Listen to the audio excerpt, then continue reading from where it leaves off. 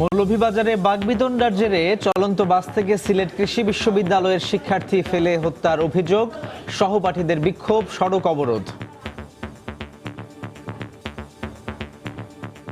ধাক্কা মেরে ফেলে দিয়েছে হেল্পার, যার ফলে ওর উপর দিয়ে চাকা চলে গেছে। একটা বাস ওকে ধাক্কা দিয়ে খুন করে চলে গেল। আমাদের নিরাপত্তা কোথায়? সবার একটাই দাবি এখানে যে আমরা সুষ্ঠু বিচার চাই। সকলের সহযোগিতায়, বিশেষ করে বিশ্ববিদ্যালয় কর্তৃপক্ষের হস্তক্ষেপের কারণে এই অবরোধটা অতি শীঘ্রই এখান থেকে অপসারিত হয়েছে। দেখছিলেন প্রধান শিরোনাম। রাত 11টার সময় সঙ্গে আছি সাজিদ রাজু এবং আমি ফয়সাল মোর্শেদ। এবার অন্যান্য শীর্ষ সংবাদ। ডাকসু ও হল সংসদ নির্বাচিত কমিটির আনুষ্ঠানিক কার্যক্রম শুরু। দীর্ঘ 28 বছর পর প্রাণ ফিরছে ছাত্র সংসদের উচ্ছ্বসিত শিক্ষার্থীরা। 90 পার হওয়া এরশাদ আবারও পদক্ষেপ নিলেন ভাইয়ের বিরুদ্ধে। দলের কো চেয়ারম্যানের পর সরানো হলো সংসদে বিরোধী দলীয় উপনেতার পদ থেকেও। নতুন নাম রওশন এরশাদ। বেগম জিয়ার মুক্তির দাবিতে বিএনপির ঘরোয়া গণ অনশন। ছদ্মবেশে সরকার একদলীয় শাসন চালাচ্ছে অভিযোগ মির্জা ফখরুলের। রাজনৈতিকভাবে দেলুয়া দলটি, মন্তব্য হানিফের। তৃতীয় ধাপে দেশের 117 উপজেলায় ভোট গ্রহণ কাল। বিনা প্রতিদ্বন্দ্বিতায় 33 চেয়ারম্যান নির্বাচিত। সুষ্ঠু নির্বাচনের স্বার্থে সর্বোচ্চ কঠোর অবস্থানে ইসি। এবং চুরিহাট্টার পর এবার পুরান ঢাকার শহীদনগরের কাগজের কারখানায় ভয়াবহ আগুন। নিয়ন্ত্রণে কাজ করছে ফায়ার সার্ভিসের 8টি ইউনিট।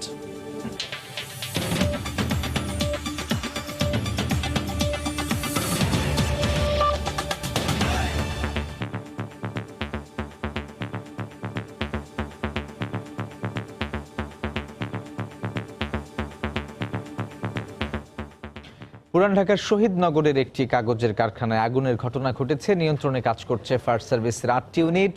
এই মুহূর্তে সেখানে রয়েছেন সহকর্মী বেলায়েত হোসাইন। যাচ্ছি তার কাছে। বেলায়েত। রাজু, রাত ঠিক 9:32 এই অগ্নিকাণ্ডের ঘটনা ঘটে। এখনো কিন্তু আগুন বলা যায় যে পুরোপুরি নিয়ন্ত্রণে আসেনি। তবে এখানে যারা ফায়ার সার্ভিসের কর্মী রয়েছেন তারা প্রাণপণ চেষ্টা করছেন। আমরা যতটুকু তাদের কাছ থেকে যে ধারণাটি পেয়েছি এবং আমরা যতটুকু দেখছি তাতে অন্তত বলা যায় যে আগুন প্রায় 90% উপর নিয়ন্ত্রণ চলে এসেছে। একটু বলে রাখতে চাই যে রাত 9:32 একটি ব্যাটারি চালিত রিকশার গ্যারেজ থেকেই মূলত এই অগ্নিকাণ্ডে যে সূত্রপাত হয়েছিল বলে এখানকার স্থানীয়রা আমাদেরকে জানিয়েছেন। এবং সেটার পরে এখানে আগুন বিদ্যুতের শর্ট সার্কিটের পরে কিন্তু আগুনটি ছড়িয়ে পড়ে এবং এই ছড়িয়ে পড়ার পর থেকে আমরা দেখেছি, আমরা এখানে এসে যারা এই স্থানীয় রয়েছেন বা প্রত্যক্ষদর্শী রয়েছেন তারা বলেছেন যে আগুন ছড়িয়ে পড়ার পরে এখানে যে দোকানপাটগুলো রয়েছে এবং এখানে বেশ কয়েকটি দোকানপাট আগুনে পুড়ে গিয়েছে। আপনি দেখতেই পাচ্ছেন যে এখানে ফায়ার সার্ভিসের কর্মীরা প্রাণপণ চেষ্টা করে যাচ্ছেন আগুন পুরোপুরি নিয়ন্ত্রণে আনার জন্য। এখনো কিন্তু আমরা দেখছি যে আগুন থেকে থেকে জ্বলে উঠছে কিছু কিছু জায়গা থেকে। তবে এখানে ফায়ার সার্ভিসের কর্মীদের পাশাপাশি যারা এখানে স্থানীয় সাধারণ মানুষ রয়েছেন তারাও কিন্তু ফায়ার সার্ভিসের কর্মীদেরকে আগুন নিভানোর কাজে সহযোগিতা করছেন। আমরা দেখছি তারাও পানি ছেটানোর কাজে অংশ নিয়েছেন। এবং এখানে একটু বলে রাখতে চাই যে এখানে আমরা দেখতে পাচ্ছি যে এক সারিতে বেশ কয়েকটি দোকানপাট পুড়ে গেছে আগুনে, পাশাপাশি কিছু বসত বাড়িও পুড়ে গিয়েছে। আমরা দেখছি এখানে যারা ছিলেন তাদের সঙ্গে কথা বলে আমরা এতটুকু নিশ্চিত হয়েছি যে বেশ কিছু মালামালের ক্ষতি হয়েছে। তবে এখন পর্যন্ত কোনো ধরনের সাধারণ মানুষ হতাহত হয়েছেন কিনা সে বিষয়ে এখন পর্যন্ত কিন্তু নিশ্চিত নয় এবং সে বিষয়টি আমরা এখনো জানতে পারিনি। যতটুকু জেনেছি যে ফায়ার সার্ভিসের 8টি ইউনিট এখানে আগুন নিয়ন্ত্রণে কাজ করছে। 9:32 আগুনটি লাগার পরপরই কিন্তু ফায়ার দমকল কর্মীরা এখানে আসেন এবং তারা আগুন নেভানোর কাজ শুরু করেন। এখন পর্যন্ত কিন্তু তারা তাদের কাজ করছেন এবং তাদের সঙ্গে হাজার হাজার বলা যায় যে মানুষ এই আগুন নেভানোর কাজে অংশ নিয়েছেন। আমরা দেখতে পাচ্ছি মানুষের পাশাপাশি পাশের যে বিল্ডিংগুলো রয়েছে, যে ভবনগুলো রয়েছে, সেই ভবনগুলোর উপরেও ছাদে দাঁড়িয়ে মানুষ কিন্তু এই আগুন নেভানোর কাজটি দেখছেন। এবং এটুকু বলে রাখতে চাই যে এটি হচ্ছে মূলত লালবাগের যে শহীদনগর এলাকার 6 নম্বর গলি। এই 6 নম্বর গলিতেই কিন্তু 9:30টার দিকে অগ্নিকাণ্ডের ঘটনা ঘটে। আপনি জানেন যে গত কয়েকদিন আগেই কিন্তু রাজধানীর চুরিহাট্টা এলাকায়, পুরান ঢাকার যে চুরিহাট্টা এলাকায় যে ভয়াবহ অগ্নিকাণ্ডের ঘটনা ঘটেছে, সেই ঘটনার পরে এরকম আবার এই একটি অগ্নিকাণ্ড, সেটি যত ছোটই হোক না কেন, সাধারণভাবেই মানুষের মনে একটু আতঙ্কের ব্যাপার রয়েছে এবং তারা বলছেন যে এই ধরনের ঘটনার যেন কোনোভাবে আর না ঘটে, সেই বিষয়ে যেন যথাযথ ব্যবস্থা নেওয়া হয়, সেই বিষয়টি তারা নিরাপত্তা নিশ্চিতের তারা কথা বলছেন। আমরা সাধারণ মানুষের সঙ্গে কথা বলে যতটুকু জেনেছি যে আগুনটি লাগার পরেই কিন্তু একেবারে কিছু বুঝে ওঠার আগেই আগুন বেশ কিছু দোকানে ছড়িয়ে পড়ে এবং কয়েকটি বাসাবাড়িতে আগুন লেগে যায় এবং আগুন পুড়ে যায়। এখনো কিন্তু দেখতেই পাচ্ছি যে কয়েকটি জায়গাতে ছোট ছোট করে আগুন থেকে থেকে জ্বলে উঠছে। আগুন কিন্তু বড় সড়ো আকারে বলা যায় যে এখন আর আগুনের সেই লেলিহান শিখা যায় বলি না কেন, সেটি এখন আর নাই। দমকল কর্মীরা কিন্তু তারা কাজ করছেন আগুন নেভানোর কাজে, তারা এখনো প্রাণপণ চেষ্টা করে যাচ্ছেন যে একেবারে শতভাগ নিয়ন্ত্রণে এনে তারা গণমাধ্যমের সঙ্গে কথা বলবেন আসলে কি কারণে আগুনটি আসলে লেগেছে এবং সর্বশেষ কি পরিমাণ ক্ষয়ক্ষতি হয়েছে সেই বিষয়টি তারা আমাদেরকে জানাবেন। তো এখন পর্যন্ত এই যে আগুনের ঘটনা যেটা বলছিলাম যে আসলে এখনো দমকল কর্মীরা কাজ করছেন আগুন নেভানোর কাজে এবং সেই কাজ চলছে। আমরা দেখছি আসলে রাত কয়টার মধ্যেই আগুন পুরোপুরি নিয়ন্ত্রণে আনা যায় এবং সেটি আনার পরে আপনার মাধ্যমে দর্শকদেরকে জানিয়ে দেবো। তো এই ছিল আমার কাছে এখনকার মতো। রাজু। পুরান ঢাকার শহীদনগরে কাগজের কারখানায় আগুন লেগেছে, নিয়ন্ত্রণে কাজ করছে ফায়ার সার্ভিসের 8টি ইউনিট। সেখান থেকে সবশেষ খবর জানাচ্ছিলেন সহকর্মী বিলায়েত হোসেন। মৌলভীবাজারে বাস চাপায় সিলেট কৃষি বিশ্ববিদ্যালয়ের শিক্ষার্থী নিহত হয়েছেন। হবিগঞ্জে বিয়ের অনুষ্ঠান থেকে ফেরার পথে এই দুর্ঘটনা হয়। তবে ভাড়া নিয়ে বাকবিতণ্ডার জেরে তাকে চলন্ত বাস থেকে ফেলে দেওয়া হয় বলে অভিযোগ সঙ্গে থাকা সহপাঠীদের। এর প্রতিবাদে রাতে সড়ক অবরোধ ও বিক্ষোভ করেন সিলেট কৃষি বিশ্ববিদ্যালয়ের শিক্ষার্থীরা। ঘটনার পর চালক ও হেলপার পলাতক থাকলেও বাসটিকে জব্দ করেছে পুলিশ। হবিগঞ্জের দেবপাড়া এলাকায় বিয়ের অনুষ্ঠান শেষে শনিবার বিকেলে উদার পরিবহনের একটি বাসে ভিড়ছিলেন সিলেট কৃষি বিশ্ববিদ্যালয়ের 11 শিক্ষার্থী। বাসটি মৌলভীবাজারের শেরপুর বিশ্ব রোড এলাকায় পৌঁছালে ভাড়া নিয়ে হেলপারের সঙ্গে কথা কাটাকাটি হয়। ঘটনার এক পর্যায়ে ওয়াসিম সহ দুজনকে ধাক্কা দিয়ে ফেলে দেয় বাসের হেলপার। এতে চলন্ত বাস থেকে পড়ে গুরুতর আহত হন ওয়াসিম। পরে তাকে উদ্ধার করে সিলেট ওসমানী মেডিকেল কলেজ হাসপাতালে নেওয়া হলে মৃত ঘোষণা করেন চিকিৎসক। ওরে ধাক্কা মেরে ফেলে দিয়েছে হেল্পার, যার ফলে ওর উপর দিয়ে চাকা চলে গেছে, গাড়ির চাকা চলে গেছে ওর উপরে, যার কারণে ওর মৃত্যু হয়েছে। এটা কোনো অ্যাক্সিডেন্ট না। বিচার চাই বলে কি হবে? আমাদের ফ্রেন্ড রাস্তায় একটা বাস ওকে ধাক্কা দিয়ে খুন করে চলে গেল, আমাদের নিরাপত্তা কোথায়? সুষ্ঠুভাবে বিচার যতদিন না হবে ততদিন এরা মারতেই থাকবে আর আমরা এবার মরতেই থাকবো। সবার একটাই দাবি এখানে যে আমরা সুষ্ঠু বিচার চাই। এ ঘটনার প্রতিবাদে তাৎক্ষণিকভাবে সিলেটের কদমতলী বাস স্ট্যান্ড এলাকায় মহাসড়ক অবরোধ করে বিক্ষোভ করেন সহপাঠীরা। এতে প্রায় 1 ঘন্টা সিলেটের সঙ্গে সারা দেশের সড়ক যোগাযোগ বন্ধ হয়ে যায়। ঘাতক বাসটিকে জব্দ করেছে পুলিশ, তবে পালিয়ে গেছে বাসটির চালক ও হেলপার। কৃষি বিশ্ববিদ্যালয়ের একজন ছাত্র মর্মান্তিকভাবে সড়ক দুর্ঘটনায় নিহত হওয়ার প্রেক্ষিতে বিক্ষুব্ধ ছাত্ররা দাবি দেওয়ার আদায়ের জন্য এখানে হুমায়ুন চত্বরে সড়ক অবরোধ করে রেখেছিল। বিশ্ববিদ্যালয় কর্তৃপক্ষের হস্তক্ষেপের কারণে এই অবরোধটা অতি শীঘ্রই এখান থেকে অপসারিত হয়েছে। নিহত ওয়াসিম সিলেট কৃষি বিশ্ববিদ্যালয়ের বায়োটেকনোলজি ও জেনেটিক্স ইঞ্জিনিয়ারিং ফ্যাকাল্টির 4র্থ বর্ষের ছাত্র ছিলেন। সময় সংবাদ, সিলেট। জাতীয় পার্টির কো চেয়ারম্যান পদ থেকে অব্যাহতির পর এবার দলের উপনেতার পদ থেকেও ভাই GM কাদেরকে সরিয়ে দিয়েছেন এরশাদ। বিকেলে এ সংক্রান্ত একটি সাংগঠনিক আদেশে বিষয়টি স্পষ্ট করেন তিনি। স্পিকারকে অবহিত করে লেখা চিঠিতে GM কাদেরের পরিবর্তে রওশন এরশাদ দায়িত্ব পালন করবেন বলে উল্লেখ করা হয়। এ নিয়ে নানা গুঞ্জন চলছে দলের ভেতর বাইরে সহ রাজনৈতিক মহলে। গেল বুধবার পার্টি চেয়ারম্যান হুসেইন মোহাম্মদ এরশাদের 90তম জন্মদিন উদযাপিত হলো। দলীয় আয়োজনে একপাশে স্ত্রী রওশন এরশাদ এবং আরেক পাশে ছোট ভাই GM কাদেরকে নিয়ে কাটা হয় জন্মদিনের কেক। উদযাপনের মুহূর্তও ভাগাভাগি হয় পরিবারের সদস্য ও দলীয় নেতাকর্মীদের মাঝে। এর একদিন বাদেই শুক্রবার রাতে এলো নতুন খবর। ছোট ভাই GM কাদেরকে দলের উত্তরাধিকার থেকে অর্থাৎ পার্টির কো চেয়ারম্যান পদ থেকে অব্যাহতির নির্দেশ এলো দলের চেয়ারম্যান ভাই এরশাদের পক্ষ থেকে। সাংগঠনিক সেই নির্দেশে বলা হলো শুধু প্রেসিডিয়াম সদস্য পদেই থাকবেন GM কাদের। শুক্রবার রাতে সময় সংবাদকে তার প্রতিক্রিয়া জানান GM কাদের। গতকাল পর্যন্ত আমার তো মারা যাবে এবং তারপরে পার্টিতে আমি ভালো মতো চালাই এই সমস্ত কথা উনি জানতে পারছেন। কিছু বুঝলাম না কিভাবে পার্টির কি পার্টি তো চেয়ারম্যান সাহেব আছে, আমি তো সবসময় চেয়ারম্যান সাহেবের সঙ্গে কাজই করতে। 24 ঘন্টা পার না হতেই আবারও চমক এলো জাতীয় পার্টি ঘিরে। এবার নতুন সাংগঠনিক আদেশে ছোট ভাই জিএম কাদের পদচ্যুত হলেন সংসদে প্রধান বিরোধী দলের উপনেতার দায়িত্ব থেকেও। সাংগঠনিক সেই আদেশ সংক্রান্ত চিঠির অনুলিপি সংসদের স্পিকারকে পাঠিয়ে হুসেইন মোহাম্মদ এরশাদ জানিয়েছেন, এখন থেকে বিরোধী দলের পক্ষ থেকে সংসদ উপনেতার দায়িত্বে থাকবেন তার সহধর্মিণী রওশন এরশাদ। এ নিয়ে চারিদিকে যখন আলোচনা সমালোচনা জল্পনা কল্পনা চলছে, তখন দলের মহাসচিব মশিউর রহমান রাঙ্গা বললেন, এমন সিদ্ধান্ত জাতীয় পার্টিতে নতুন কিছু নয়। 3 বার বহিষ্কার তো আমাকে করেছিলেন উনি, আমি তো আবার দলের মহাসচিব। সুতরাং কখন কি হয় এটা উপর আল্লাহ ছাড়া, উনি ছাড়া আর কেউ বলতে পারবে না। এগুলো নিয়ে সমস্যা না, এবং দল থেকে তো প্রেসিডিয়াম মেম্বার রয়ে গেছে, এটা কালকে যে আবার পরিবর্তন হবে না তার তো কোনো মানে নাই। এদিকে রাজনৈতিক বিশ্লেষকরা মনে করেন, সাংগঠনিক নেতৃত্বের প্রশ্নে জাতীয় পার্টি শক্ত অবস্থান করতে পারেনি এখনো।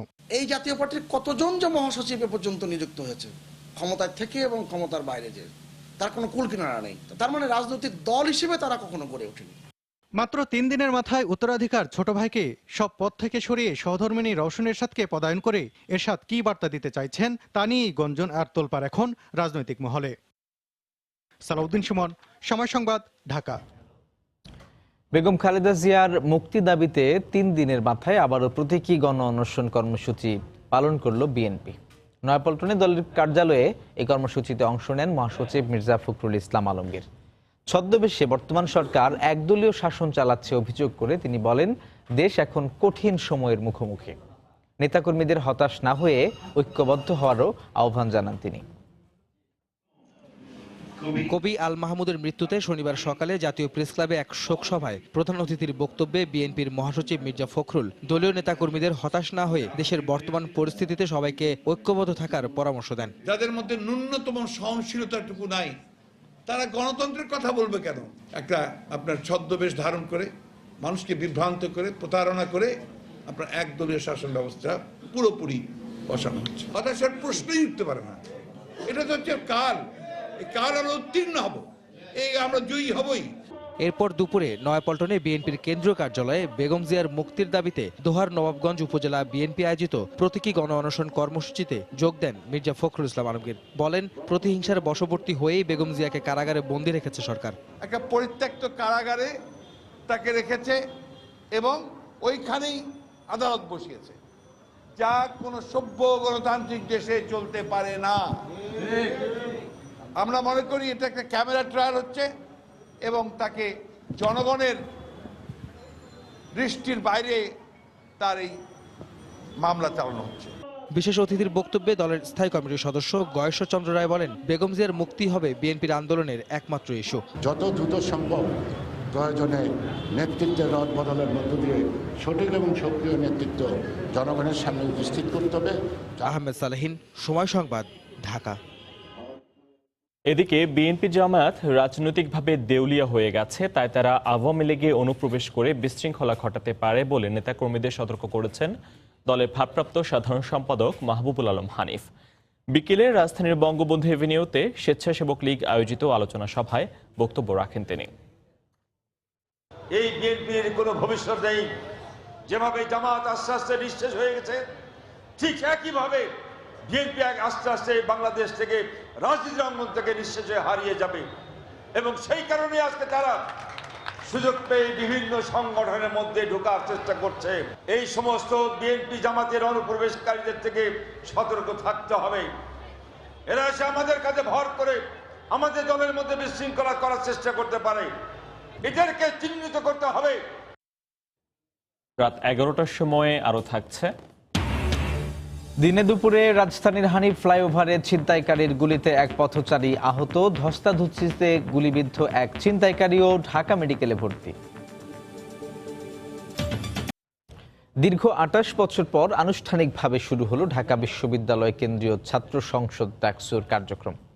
সকালে প্রথম কার্যনির্বাহী সভার মধ্য দিয়ে আনুষ্ঠানিক দায়িত্ব বুঝে নিলেন নবনির্বাচিত ভিপি, জিএস সহ নির্বাচিত 25 জন প্রতিনিধি। প্রথম কার্যনির্বাহী সভায় প্রধানমন্ত্রী শেখ হাসিনাকে ডাকসুর আজীবন সদস্য করার প্রস্তাব গৃহীত হয়। পাশাপাশি শিক্ষার্থীদের অধিকার ও শিক্ষার পরিবেশ সুষ্ঠু রাখতে কাজ করার প্রত্যয় ব্যক্ত করেন ডাকসু প্রতিনিধিরা। এদিকে ডাকসু নির্বাচন বাতিল চেয়ে পুনঃতফসিলের দাবিতে ক্যাম্পাসে প্রতিবাদ কর্মসূচি পালন করেছে ছাত্রদল ও কয়েকটি বাম ছাত্র সংগঠন। কাটল প্রায় 3 দশকের অচলায়তন। দীর্ঘ 28 বছরের প্রতীক্ষার পর শিক্ষার্থীদের নির্বাচিত প্রতিনিধিদের প্রাণবন্ত উপস্থিতিতে সচল ঢাকা বিশ্ববিদ্যালয় কেন্দ্রীয় ছাত্র সংসদ ডাকসু। শনিবার সকালে সব জল্পনার অবসান ঘটিয়ে ডাকসুর কার্যনির্বাহী সভায় যোগদানের মাধ্যমে আনুষ্ঠানিকভাবে দায়িত্ব বুঝে নিলেন ভিপি নুরুল হক নূর, জিএস গোলাম রাব্বানী, এজিএস সাদ্দাম হোসেন সহ ডাকসুর নির্বাচিত প্রতিনিধিরা। ডাকসুর প্রথম কার্যনির্বাহী সভায় বঙ্গবন্ধু জাতীয় চার নেতা, ভাষা আন্দোলন, মুক্তিযুদ্ধ সহ সকল গণতান্ত্রিক আন্দোলনে নিহতদের স্মরণে শোক প্রস্তাব আনা হয়। এছাড়াও গ্রহণ করা হয় প্রধানমন্ত্রী শেখ হাসিনাকে ডাকসুর আজীবন সদস্য করার প্রস্তাব। সকলেই একেবারেই সহমত জ্ঞাপন করেছেন যে এইভাবে যে আমরা মাননীয় প্রধানমন্ত্রীকে ডাকসুর আজীবন সম্মাননা প্রদান প্রস্তাবনাটা ধন্যবাদের সাথে গ্রহণ করা হলো। সভায় ডাকসুর অভিষেক অনুষ্ঠানে রাষ্ট্রপতি ও প্রধানমন্ত্রীকে আমন্ত্রণের সিদ্ধান্ত হয়। গৃহীত হয় ঢাকা বিশ্ববিদ্যালয়ে গণপরিবহন নিয়ন্ত্রণ করে রিকশা ও সাইকেলের জন্য আলাদা লেন চালুর প্রস্তাব। ঢাকা বিশ্ববিদ্যালয় এরিয়ার মধ্যে নির্দিষ্ট আকারে রিক্সা ভাড়া নির্ধারণ করার জন্য পরবর্তী মিটিং সিদ্ধান্ত হবে এবং বিভিন্ন আবাসিক এলাকার ন্যায় ঢাকা বিশ্ববিদ্যালয়ে সুনির্দিষ্ট অর্থাৎ প্রাথমিকভাবে 300 বা 350 রিক্সাকে রেজিস্ট্রেশন দেওয়া হবে। হল থেকে গণরুম, গেস্ট রুম এবং রাজনৈতিক বিবেচনায় সিট দেওয়া বন্ধ করে এটা নিয়ে আজকে আলোচনা হয়েছে এবং এসএম হলে ইতিমধ্যে একটি নোটিশ দেওয়া হয়েছে অছাত্র বহিরাগতদের হল ত্যাগ করার জন্য। শিক্ষার্থীদের অধিকার আদায় ও ইশতেহার বাস্তবায়নে নতুন ডাকসু কাজ করবে বলে প্রত্যাশা সাধারণ শিক্ষার্থীদের। ওনারা যে ইশতেহার দিয়েছেন মূলত ওগুলোই আমাদের চাওয়া, এগুলো যদি পূরণ হয় তাহলেই মনে হয় ঢাকা বিশ্ববিদ্যালয় এগিয়ে যাবে। সহিংসতার মধ্যে না জড়িয়ে সবাই যদি এক কাতারে দাঁড়িয়ে সঠিকভাবে যদি এগিয়ে নিয়ে যায় তাহলে আমি মনে করি অধিকাংশ ক্ষেত্রে আমাদের দাবি দাওয়া পূরণ হবে। তবে ডাকসু নির্বাচন বাতিল চেয়ে আবারও ভোটের দাবিতে আলাদা কর্মসূচি পালন করে ছাত্রদল ও কয়েকটি বাম ছাত্র সংগঠন। ডাকসুর প্রথম কার্যনির্বাহী সভা শেষে ধানমন্ডিতে জাতির জনকের প্রতিকৃতি, কেন্দ্রীয় শহীদ মিনার ও ঢাকা বিশ্ববিদ্যালয়ের স্মৃতি চিরন্তনে শ্রদ্ধা নিবেদন করেন ভিপিজিএস ও নবনির্বাচিত প্রতিনিধিরা। ফারুক ভূঁইয়া, রবিন, সময় সংবাদ, ঢাকা। উপজেলা পরিষদ নির্বাচনে তৃতীয় ধাপে 117টি উপজেলায় ভোট গ্রহণ আগামীকাল। এরই মধ্যে কেন্দ্রে কেন্দ্রে নির্বাচনী সরঞ্জাম পৌঁছে দেওয়া হয়েছে।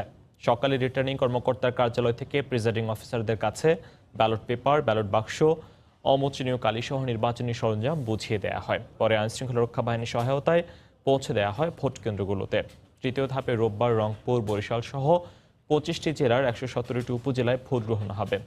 এতে চেয়ারম্যান পদে 358 জন, ভাইস চেয়ারম্যান পদে 604 জন ও মহিলা ভাইস চেয়ারম্যান পদে 414 জন প্রার্থী প্রতিদ্বন্দ্বিতা করছেন। তবে চেয়ারম্যান পদে 33 জন, ভাইস চেয়ারম্যান পদে 9 জন ও মহিলা ভাইস চেয়ারম্যান পদে 13 জন প্রার্থী বিনা প্রতিদ্বন্দ্বিতায় নির্বাচিত হয়েছেন।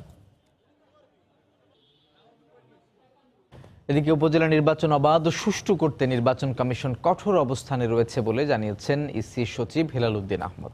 বিকেলে কমিশন সচিবালয়ে ব্রিফিংয়ে তিনি একথা জানান। তিনি জানান, দায়িত্বে অবহেলার জন্য এ ধাপে 4 জন সহ মোট 9টি থানার ভারপ্রাপ্ত কর্মকর্তাকে প্রত্যাহার করা হয়েছে। যেখানে আইনশৃঙ্খলা রক্ষা বাহিনী বা প্রশাসনিক কর্মকর্তাদের বিরুদ্ধে আমরা অভিযোগ পাচ্ছি, ওই সমস্ত উপজেলা থেকে আমরা তাৎক্ষণিকভাবে তাদেরকে প্রত্যাহারের সিদ্ধান্ত নিয়েছি এবং শাস্তিমূলক ব্যবস্থা গ্রহণের সিদ্ধান্ত নিয়েছি। ইতিমধ্যে আপনারা জানেন যে 3 জন উপজেলা নির্বাহী অফিসারকে আমরা প্রত্যাহার করেছি এবং 9 জন ওসিকে আমরা প্রত্যাহার করেছি। রাত 11টার সময় আরও থাকছে। বাগেরহাটের শরণখোলায় জোয়ারের পানিতে বেড়ি বাঁধে ভাঙন, তলিয়ে গেছে বিস্তীর্ণ ফসলি জমি সহ শতাধিক বসতবাড়ি। বর্তমান সরকারের হাত ধরে তথ্য প্রযুক্তি সহ সব ক্ষেত্রেই দেশ এগিয়ে যাচ্ছে বলে মন্তব্য করেছেন আওয়ামী লীগ নেতা অ্যাডভোকেট কামরুল ইসলাম এমপি। দুপুরে দক্ষিণ কেরানীগঞ্জের বাঘাপুর স্কুল অ্যান্ড কলেজে বার্ষিক ক্রীড়া প্রতিযোগিতার পুরস্কার বিতরণী অনুষ্ঠানে প্রধান অতিথির বক্তব্যে তিনি একথা বলেন। শুরুতে বেলুন ও পায়রা উড়িয়ে অনুষ্ঠানের উদ্বোধন করেন কামরুল ইসলাম এমপি। এরপর জাতীয় সঙ্গীতের সঙ্গে জাতীয় ও ক্রীড়া পতাকা উত্তোলন করা হয়। পরে খেলার মাঠে 71-এর রণাঙ্গন, বিজয় পতাকা উত্তোলন সহ নানা ধরনের ডিসপ্লে প্রদর্শন করেন শিক্ষার্থীরা। অনুষ্ঠানে কামরুল ইসলাম লেখাপড়ায় মনোযোগী হওয়ার পাশাপাশি মুক্তিযুদ্ধের চেতনা ধারণ করে শিক্ষার্থীদের ভালোর পথে এগিয়ে যাওয়ার আহ্বান জানান।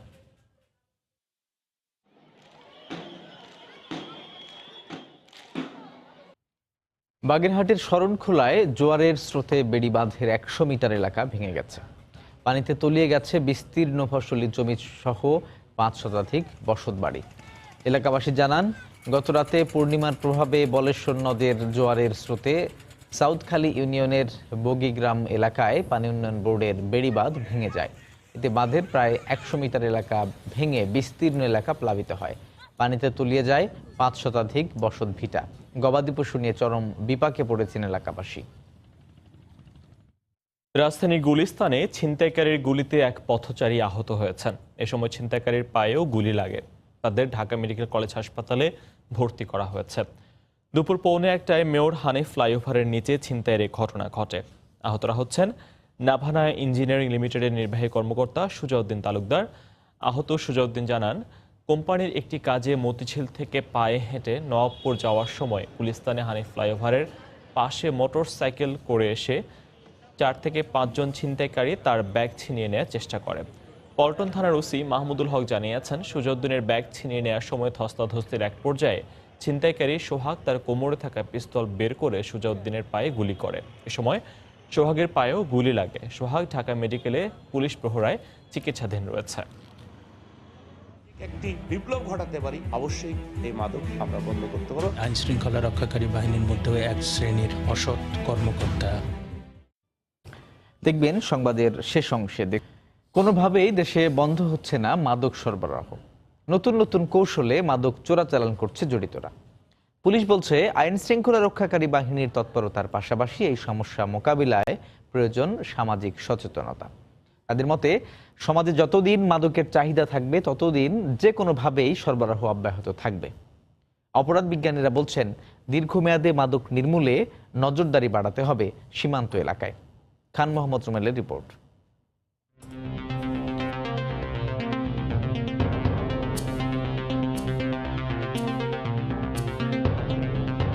কলেজ পড়ুয়া দুই বন্ধু লালন ও রনি মোল্লা রাজশাহীর বানেশ্বর থেকে মোটরসাইকেলে করে যান কক্সবাজার থেকে যাত্রা করে বেশ কটি পুলিশ চেকপোস্টের মুখোমুখি হয় তারা, তল্লাশিও হয়। কিন্তু বিশেষ কায়দায় বাইকের তেলের ট্যাঙ্কের নিচে একটি প্রকোষ্ঠ বানিয়ে রাখা কয়েক হাজার ইয়াবার চালান চোখ এড়িয়ে যায় আইন শৃঙ্খলা রক্ষা বাহিনীর। পরে বাড়তি সতর্কতা থেকে চাঁদপুরে এসে মোটরসাইকেল সহ লঞ্চে ওঠে তারা, কিন্তু শেষ রক্ষা হয় না, গ্রেফতার হয় সদরঘাটে। কক্সবাজারে হোটেলে থাকছি, হোটেল থেকে মাহাজনিক গাড়িটা দিছি, উনি গাড়িটা সেটিং করে আমাদেরকে দিছে, আবার আমরা চালে আসছিলাম, চাঁদপুর দিয়ে আসছি, পরে লঞ্চ ঘাটে স্যাররা ধরছে। চালান আপনার কত করে দিত? 20 টাকা করে দিত, 20 টাকা দিত। শুধু এই ঘটনায় নয়, পাকস্থলিতে করে ইয়াবা পাচারের কৌশল রপ্ত করেছে এক শ্রেণীর মাদক ব্যবসায়ী। আর এসব ক্ষেত্রে বেশিরভাগ সময় ব্যবহার করা হয় শিশু কিংবা কিশোরদের। এই পদ্ধতিতে ইয়াবার ছোট ছোট পুটলি বানিয়ে পানি দিয়ে গিলে ফেলা হয়, পরে মিল্ক অব ম্যাগনেসিয়া সিরাপ খাইয়ে বায়ুপথে বের করা হয়। এছাড়া কাগজের কার্টুনের ভেতর বিশেষ কায়দায় লেয়ার বানিয়ে ফল কিংবা সবজির ভেতরে করে, কখনো শরীরের স্পর্শকাতর স্থানে করেও পাচার হচ্ছে ইয়াবা। ওরা কক্সবাজার থেকে আসতো, কিন্তু আমরা রিসিভ করতাম বাবাজার থেকে, নয়বাজার থেকে। আমাদের বস হইলো স্বপন ভাই, তাকে আমি একবার দেখছি, কিন্তু এখন আর আমি আর সর পরে সে আর নাই। তোমার মাসে কত করে দিত? আমার মাসে 15,000 টাকা বেতন ধরছে। শুধু এভাবে অভিযান, গ্রেফতার কিংবা বন্দুক যুদ্ধে মাদক নিয়ন্ত্রণ করা কতটা সম্ভব হবে তা নিয়ে প্রশ্ন জেগেছে খোদ পুলিশ কর্মকর্তাদের মনেও। এই জাতীয় ইনোভেটিভ রিস্ক তারা নিয়ে থাকেন এবং তারা এগুলোকে আনেন। তবে আমাদের সার্থকতার বিষয় হলো, তারা যখনই একবার দুইবার এই ইনোভেশনে সফল হন, তৃতীয়বারের বেলা বা চতুর্থবারের বেলা অবশ্যই আমরা ইনফরমেশন পেয়ে যাই। ইতিমধ্যেই মাদক কিন্তু আমি বলবো মোর দেন 70% এটা নিয়ন্ত্রণে আমরা এনেছি। বাকি 30% নিয়ন্ত্রণে আনতে হলে আমাদের এই চাহিদা, ডিমান্ডটাকে কমাতে হবে। সামাজিক সচেতনতা এবং চাহিদা কমানোর ধারণার সঙ্গে একমত অপরাধ বিশ্লেষকরাও। সীমান্তে নজরদারি বাড়ানোরও পরামর্শ তাদের। আইন শৃঙ্খলা রক্ষাকারী বাহিনীর মধ্যেও এক শ্রেণীর অসৎ কর্মকর্তা, মাদক দ্রব্য নিয়ন্ত্রণ অধিদপ্তরের এক ধরনের অসৎ কর্মকর্তা, সেখান থেকে বন্ধ করা গেলেও কিন্তু সেটা অনেক কমে যাবে। ভারত থেকে যখন আসে, ভারতের সাথে তো আমাদের শত শত মাইল আমাদের সীমান্ত এলাকা, আবার মিয়ানমারেও কিন্তু আমাদের সীমান্ত এলাকা অনেক, সুতরাং সেই জায়গাগুলোতে নজরদারি অনেক বেশি বাড়ানো উচিত। পুলিশের তথ্য মতে গেল এক বছরে মাদক সংশ্লিষ্ট অপরাধে গ্রেফতার হয়েছে 3,871 জন। মোবাইল কোর্টে সাজা দেওয়া হয়েছে প্রায় 1,000 জনকে, আর বন্দুক যুদ্ধে মারা গেছে 112 জন। খান মোহাম্মদ রুমেল, সময় সংবাদ, ঢাকা।